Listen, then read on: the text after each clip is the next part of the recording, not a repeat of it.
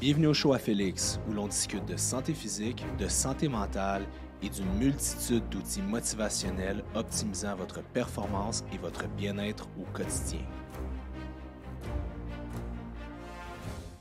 What's up tout le monde, bonjour et bienvenue à un nouvel épisode du show à Félix. J'espère que vous allez bien. Donc aujourd'hui, on a tout un show parce que, vous le savez, la semaine passée, je vais juste augmenter un peu mon tapis et voilà. La semaine passée, je vous avais livré le premier dossier pour l'entraînement des filles et je vous expliquais comment une femme, une fille qui a une grosse perte de gras à faire, comment je m'y prendrais. Maintenant, aujourd'hui, on va aller vers un cas qui est un peu plus... pas nécessairement un cas que je vois plus souvent, mais peut-être que certaines d'entre vous vont se reconnaître.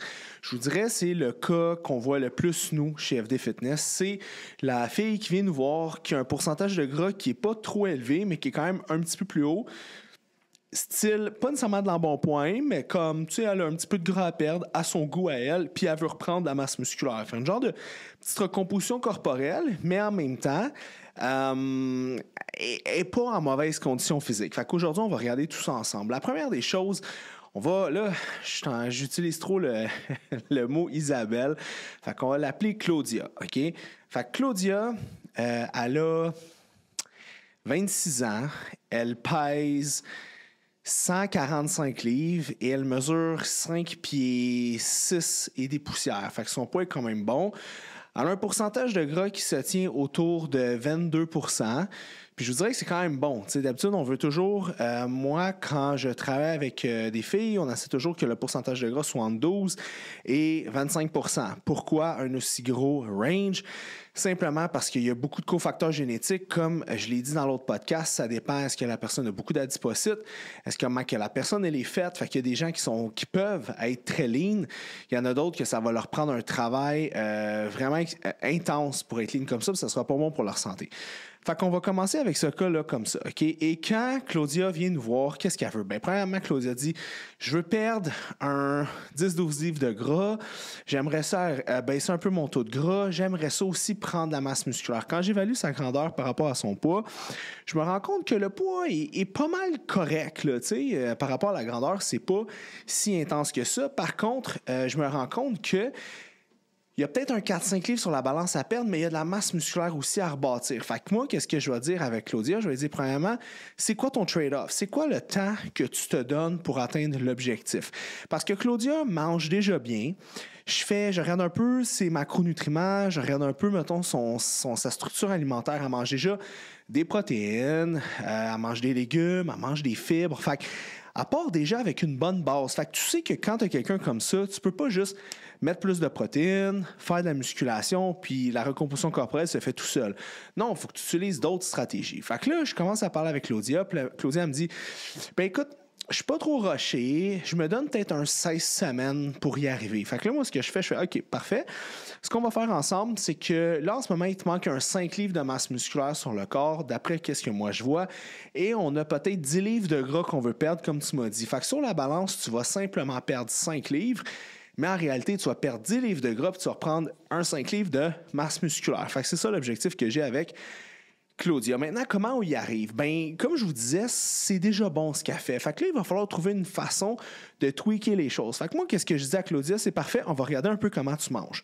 Et là, elle commence à me dire, mettons, c'est dîner, souper, un peu qu'est-ce qu'elle consomme, puis je me rends compte qu'elle mange environ 1600 à 1800 calories, puis elle est comme des fois 1900 et est en maintien. Fait que je lui demande, est-ce que dans les derniers mois, tu as pris du poids, tu as perdu du poids, est-ce que ton corps a changé? Elle dit non, Félix, je suis statu quo, il n'y a rien qui bouge. Même si je mange bien. Je fais parfait.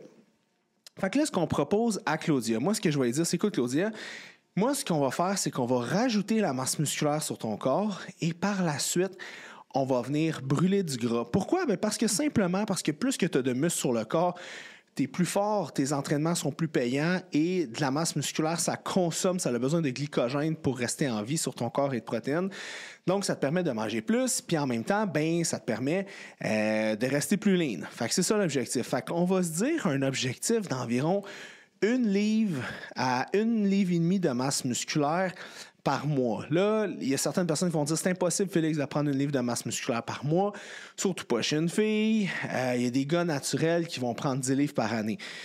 Là, on ne parle pas de pur fibre musculaire. Là. On parle de muscle, on parle de glycogène dans le muscle et on parle d'eau.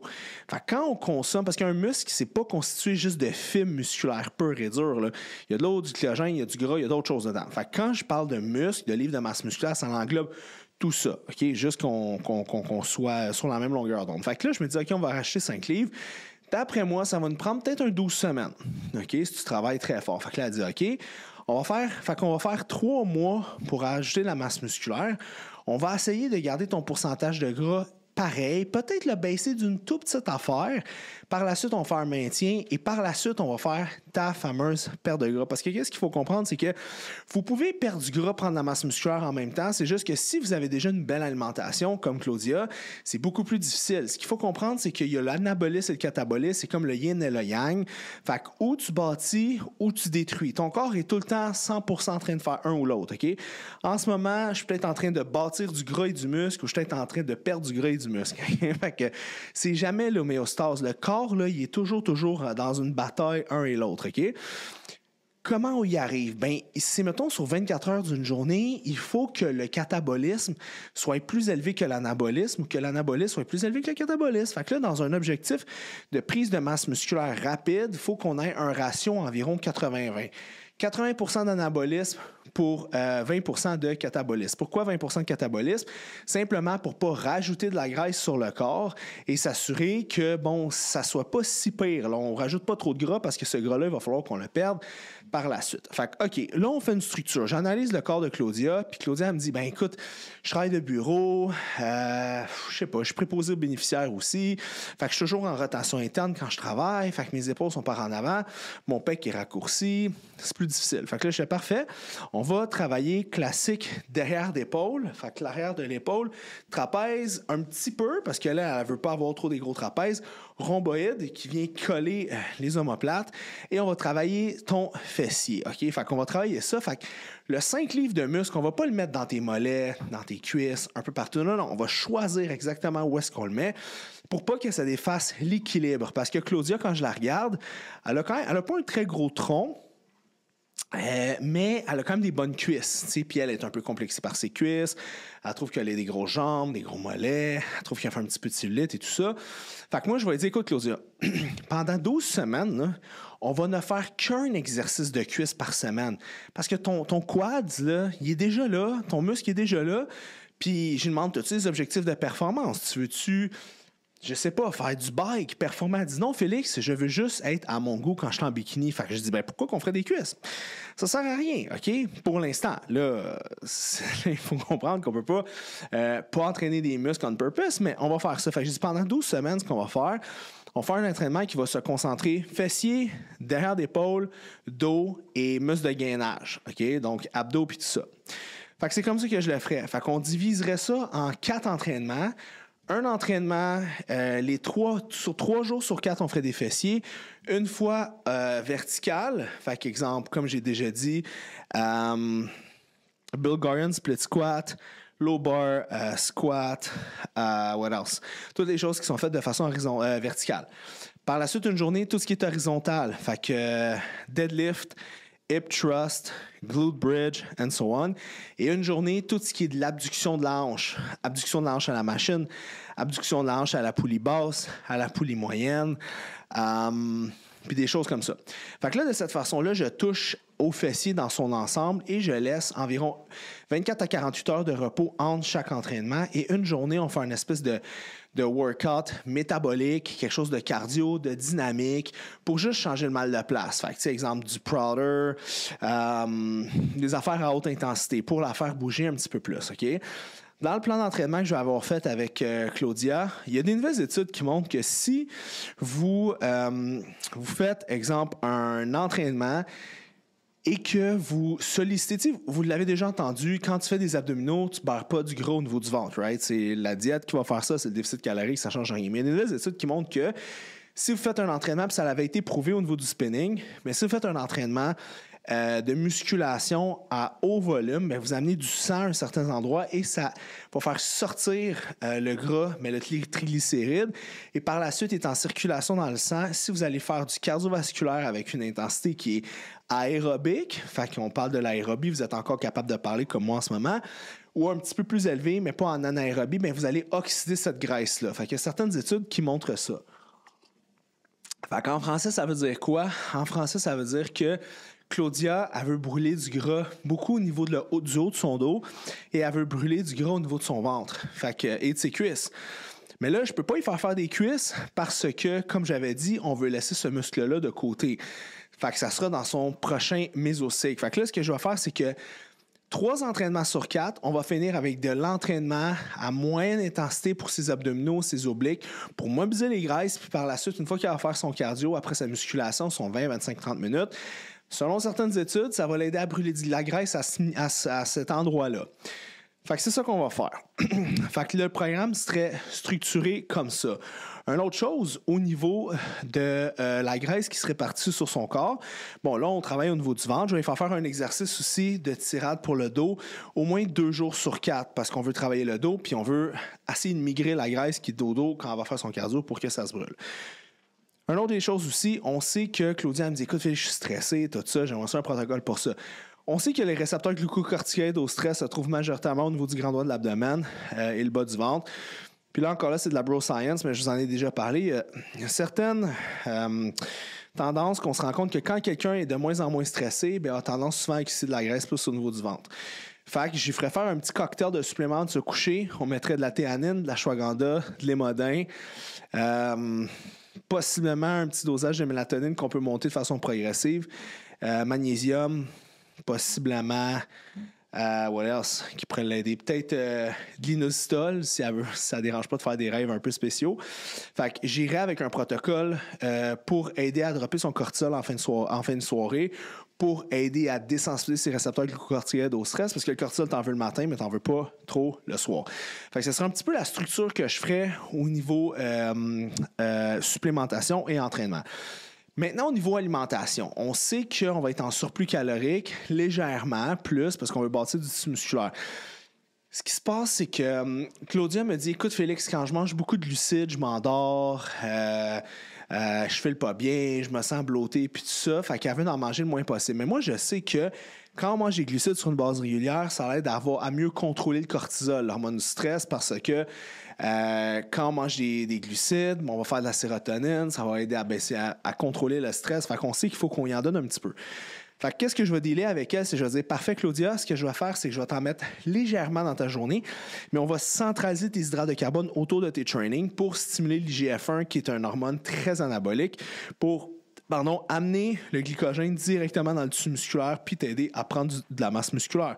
Fait que 40% des calories que tu vas manger dans ta journée à 50% vont se tenir autour de tes workouts pour qu'on essaie de jouer avec le nutrition partitioning, fait que la répartition de tes nutriments pour les envoyer directement au niveau des muscles que tu veux travailler, fessiers, dos et derrière d'épaule.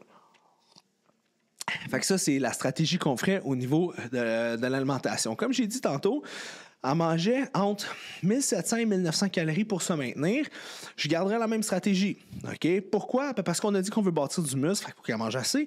On ne veut pas perdre trop de gras parce qu'on veut qu'avec ce muscle-là, par la suite, son métabolisme soit plus élevé et qu'on s'en serve dans un déficit calorique futur pour perdre la graisse. Okay? Fait que là, qu'est-ce qui arrive? C'est qu'on mange en ce moment la même chose.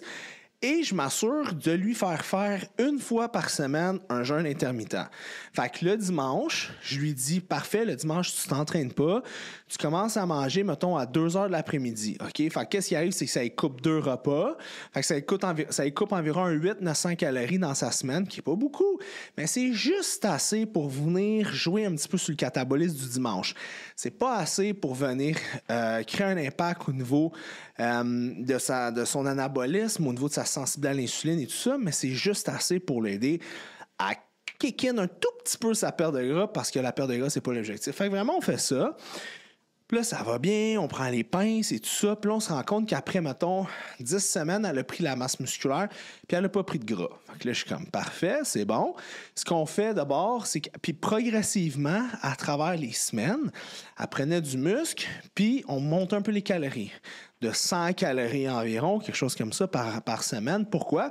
Parce que plus que tu as de muscles, plus que ces muscles-là consomment de l'énergie, plus que tu peux manger.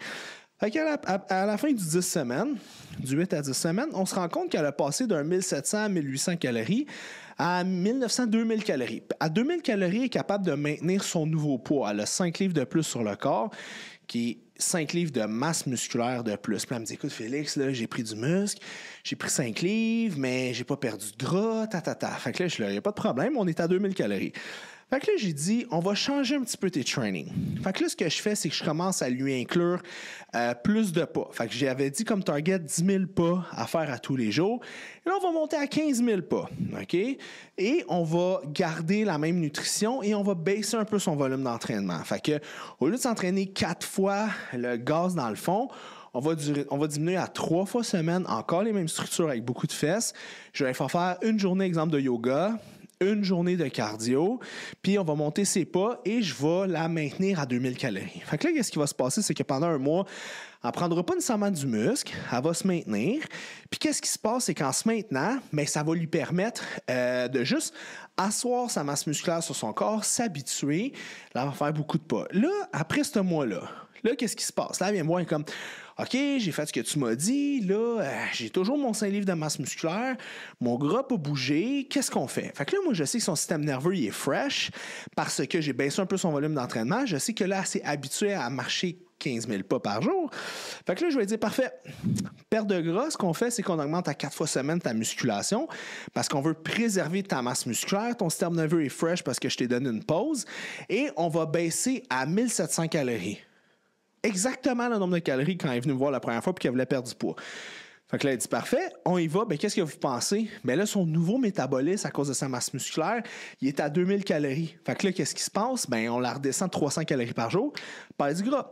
Fait que là, c'est comme ça qu'on va faire sa stratégie pour qu'elle perde du gras tranquillement, pour qu'après, par 3500 calories, c'est une livre, ben, qu'après un certain moment, je sais pas, ça va peut-être y prendre 6 semaines, 7 semaines, 8 semaines, elle va manger la même chose qu'elle mangeait avant qu'elle vienne me voir, puis elle va perdre du gras, puis elle va se ramasser, puis avec plus de masse musculaire sur le corps.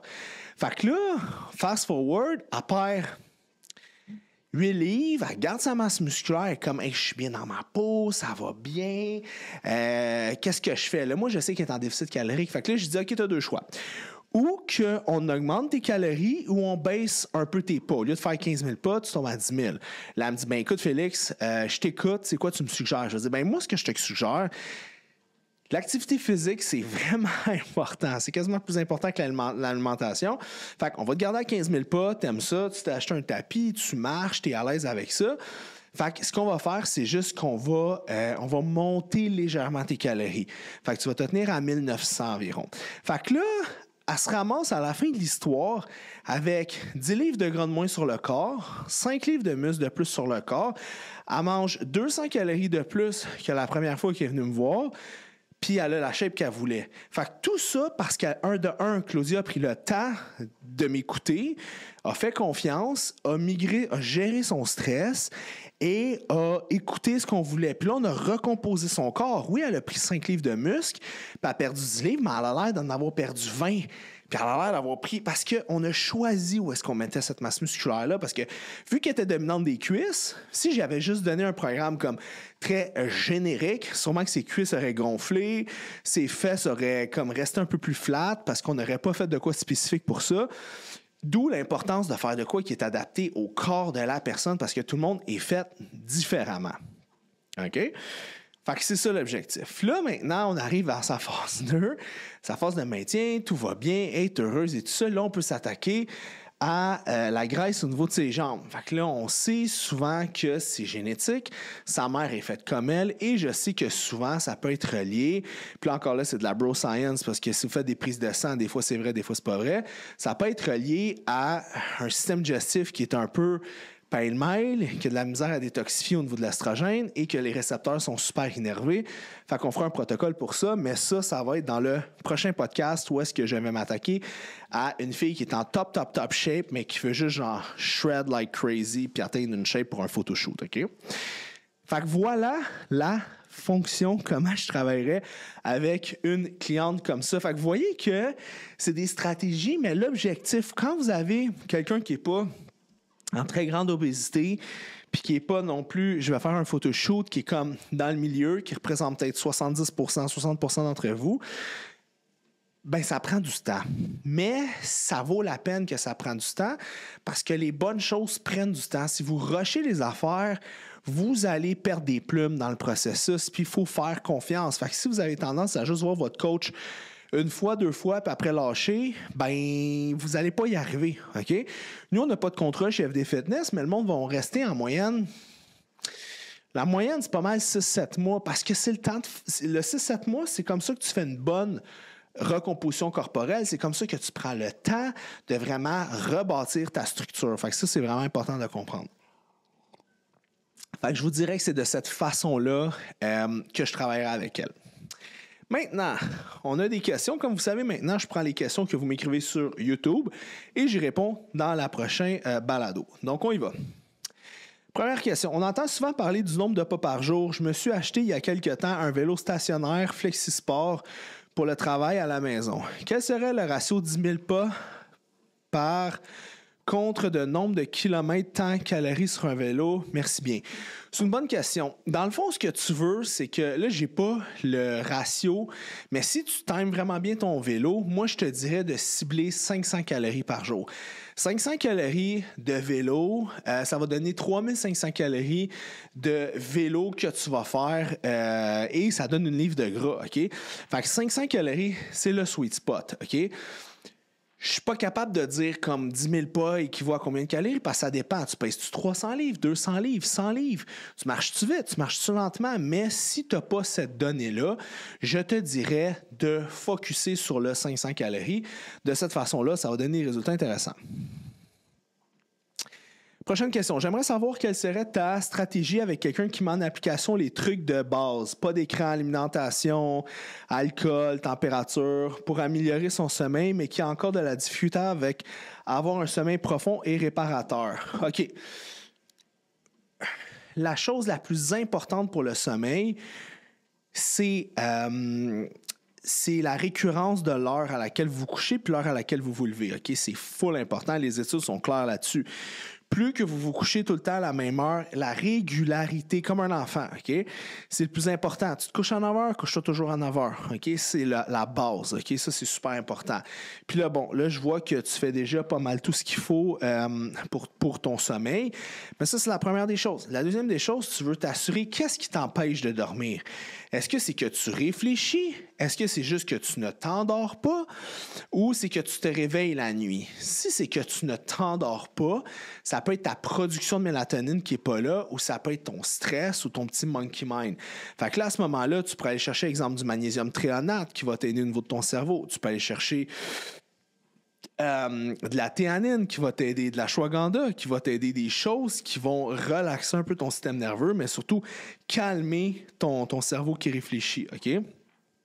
Tu peux prendre aussi un petit peu de mélatonine pour induire le sommeil. Si tu te réveilles durant la nuit, là, à ce moment-là, il faudrait que tu prennes une mélatonine qui est time release ou tu pourrais jouer avec la température de ta chambre. Ça peut être ça. Si tu te réveilles en soir, ça peut être aussi le fait que tu as mangé avant d'aller te coucher. OK? Une des choses qui crée le sommeil le moins récupérateur, c'est consommer de l'alcool, du cannabis ou de manger dans les heures précédentes d'aller se coucher parce que ça peut jouer sur ta glycémie. OK? Ton sucre sanguin monte, il redescend, tu tombes en légère hypoglycémie, tu sues, tu as des sueurs froides et tout ça. Fait qu'il faut idéalement ne pas manger dans les 2h30 avant d'aller se coucher.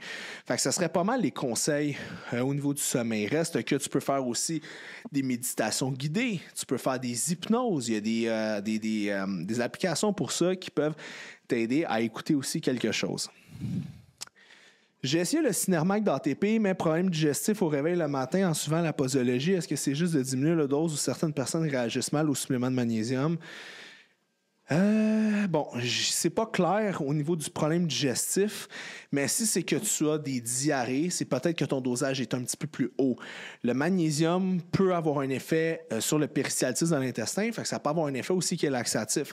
Moi, simplement, ce que je ferais, c'est que je diminuerais ton dosage ou je le prendrais beaucoup plus tôt dans ta journée. Ben, dans ta soirée, mais pas nécessairement juste avant d'aller te coucher. Collagène vraiment efficace, s'il est de qualité ou non, marin ou non, booster de collagène. OK. Il y a certaines études qui vont dire que le collagène va être intéressant pour la peau, puis il y a d'autres études qui disent que l'absorption du collagène au niveau supplément, c'est vraiment pas bon. Fait que moi, personnellement, je tente l'arbre et l'écorce. J'ai pas d'opinion. La réalité, c'est que j'ai pas assez. Il n'y a pas. Mettons que vous allez sur consensus.app, vous allez sur PubMed, il n'y a pas des études qui sont comme, comment dire, blindées sur le collagène, je trouve. Fait que je suis inconfortable de te donner une réponse parce que je le sais pas, OK? Écoute, si tu es millionnaire puis tu sens que tu perds du collagène, de l'élasticité au niveau de ta peau, vas-y, prends-en.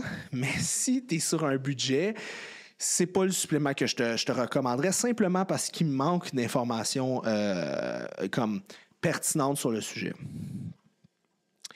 Que penses-tu du sel avec l'hypertension artérielle légère? Là, ça serait de regarder avec ton médecin de famille parce que la consommation de sodium ne va pas nécessairement avoir le même impact chez tout le monde. OK? Ça dépend de ton activité physique, ta consommation d'eau, ta balance d'électrolytes puis ton alimentation générale.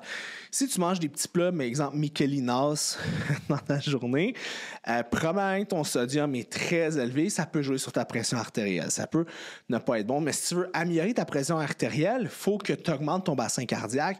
Pour augmenter ton bassin cardiaque, cardiovasculaire, OK, c'est le best. Le sel va avoir un moins grand impact que le cardiovasculaire sur ta tension artérielle. La deuxième des choses, c'est ton alimentation. Si tu manges pas transformé, de la protéine, ben, ça se peut que tu sois carrément en bas de ton dosage de sel que tu as besoin, puisque tu as toujours besoin d'un dosage sodium, potassium et magnésium qui est équivalent, et souvent les gens, malheureusement, n'ont même pas assez de sel. Fait que ça serait à regarder tout dépendant de ton alimentation actuelle. Prochain point. Les fameux adipocytes qui ne s'éliminent pas après une perte de gras. Pour s'en débarrasser définitivement, c'est la liposuction et la cryolipolyse. Ma question, c'est que je fais les traitements avant, pendant et après la perte de poids, recomposition corporelle, avant et pendant un kick de départ ou un boost. Idéalement, vous voulez attendre d'être rendu pour faire une intervention chirurgicale ou du cold sculpting ou la balayeuse, là, la liposuction, vous voulez attendre d'être rendu à la fin de votre processus parce que quand il rentre la balayeuse, excusez-moi des termes, là, c'est juste pour l'imager, vous voulez qu'il enlève le plus possible des adipocytes, des sacs, et pas juste de la graisse en superflu. Fait que vous voulez que ce soit des sacs qui enlèvent. Fait que techniquement, c'est à la fin de votre perte de gras que vous êtes mieux de faire ça une fois que c'est votre final tuning parce que dans ta tête, tu te dis, aïe, moi, c'est peut-être mes sacs, c'est peut-être ci, c'est peut-être ça, c'est peut-être juste du gras.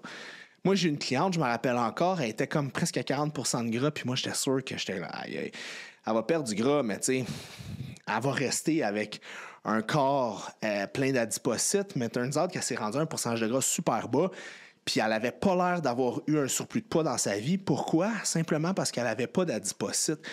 Fouille-moi, il y a des gens qui n'ont pas beaucoup d'adipocytes, c'est juste que du gras dans les sacs sont plein, et autour des sacs, les adipocytes. Fait que qu'est-ce qui arrive, c'est qu'elle, en perdant du gras, sa shape s'est toute refaite, c'est du cas par cas, fait que à vous de regarder à ce moment-là. All right? Donc voilà, c'était les conseils. Dossier numéro 2 pour la fille. Et le prochain, c'est la fameuse shape de bikini avec toutes les petites stratégies. Fait qu'on se voit la semaine prochaine. Bye, guys.